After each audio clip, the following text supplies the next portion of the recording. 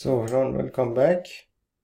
So in this video we want to do another example that is related to banking and interest rates and basically savings accounts. So the question is, you put $3,800 in a savings account. The bank will provide 1.8% interest on the money in the account every year. So that means the money in the savings account will grow by 1.8% per year. Write an expression that describes how much money will be in the account in 15 years. So basically you could by the nature of this problem, because I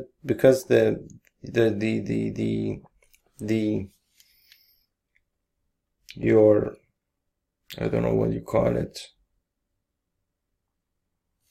your balance is always your balance always grows by 1.8% per year. So that means every year whatever balance you have is increased by 1.8% as the interest rate that the bank provides you. That means this is again an exponential function. It's not that if it was like for example you have for example this. You have, let's say n is the number of years, and then b of n, your balance. Let's say right now you have $3,800, and then after 1 year you have, let's say if the bank added for example $200, just $200 to whatever you had before, would be 3,800 plus 200. And then in the second year it would be 3,800 plus 200, which was your balance here, again adding 200 to it. So this would be a linear function. This function, as you can see, is growing linearly. Adding 200 to it as you add 1 unit to your input.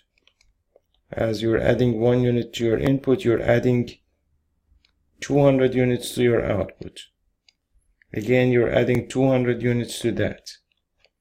So this is a linear function. But what the bank is doing here is that you have this n, and your balance b of n is, right now your balance is at time is equal to 0, at year is equal to 0, or right now you have $3,800 here. As you add 1 unit to your input, which is after the first year, or in the end of the first year, adding 1 unit here, the bank is increasing this 3,800 by 1.8%. So increasing this by 1.8%, that means multiplying 3,800 by 0.018. That will be increasing this by 1.8% by 1.8%, and of course it has to be 1.018. that is increasing this by 1.8%. and of course we discussed this in the previous video as well, but if you want to review this, you have 3,800 and you're adding 1.8% of 3,800 to 3,800 because you're increasing it. So this is adding 1.8% of 1.8% of of 3,800 to 3,800. So that means you can rewrite this as 3,800. You can factor this out, and then here you're left with 1 plus 1.8 divided by 100. And then here you can rewrite this as 3,800 times, you can rewrite 1 as 100 by 100 plus 1.8 by 100. And then, sorry, I was not supposed to move this. Okay, so this is 101.8 divided by 100, this whole thing. So this is 3,800 times 101.8 by 100. And to rewrite this whole thing, you move the decimal point two places to the left. So then you get 3,800 times moving this 2 places to the left, it will come over here, right here. So there's 1.018, and this is the same number, I suppose, 1.018. So multiplying 3,800 by this number means that you're increasing it by 1.8%. Of course, this is something simple, but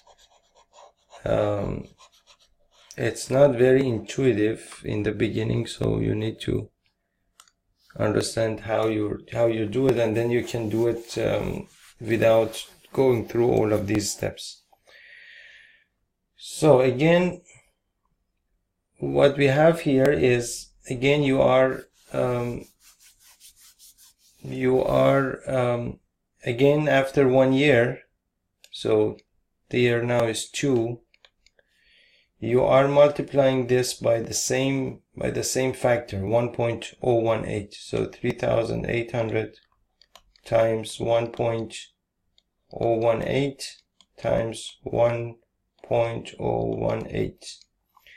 And so you can see that you can write this as 3,800 times 1.018 raised to the second power, and rewrite this as 3,800 times 1.08 raised to the first power.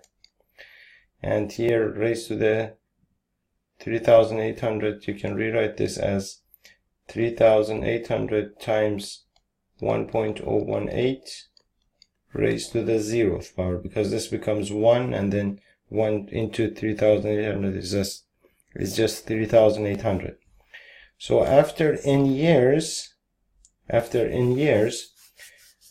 you have 3,800 times 1.018 raised to the nth power. So this is your growth factor. So this is, I suppose it's called the growth factor, if I'm not mistaken. Always in an exponential function, this is called your growth factor or something else. I'm not sure about this. We will get to that. I read this in the book somewhere. There is 2 terms that can describe this number here, but this is always your initial value, and in this example, this is always your initial value.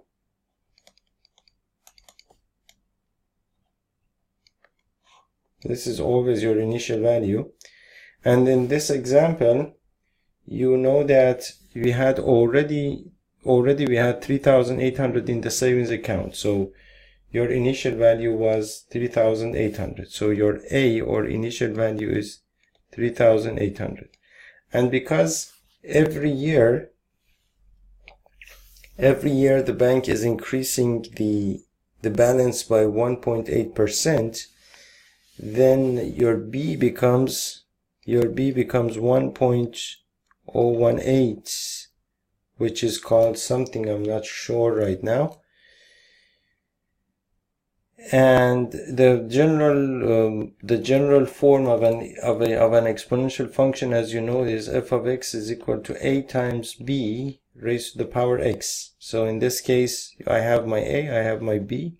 So my, let's say, b of n is equal to a, which is 3,800 times 1.018 raised to the nth power, which is basically what I got here. So this is a general way of describing the behavior of this function and how your bank is going to treat you after 15 years, I suppose. In 15 years. So after 15 years, your n is going to be equal to 15.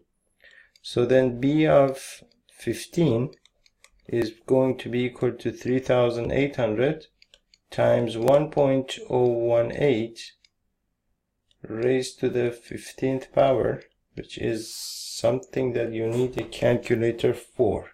Let me calculate this. So this is going to be equal to, or approximately equal to, 4,965 and 93 cents. This is in dollars. And that's basically the amount of money that you have after 15 years as a result of investing in this savings account. So that was an interesting problem, and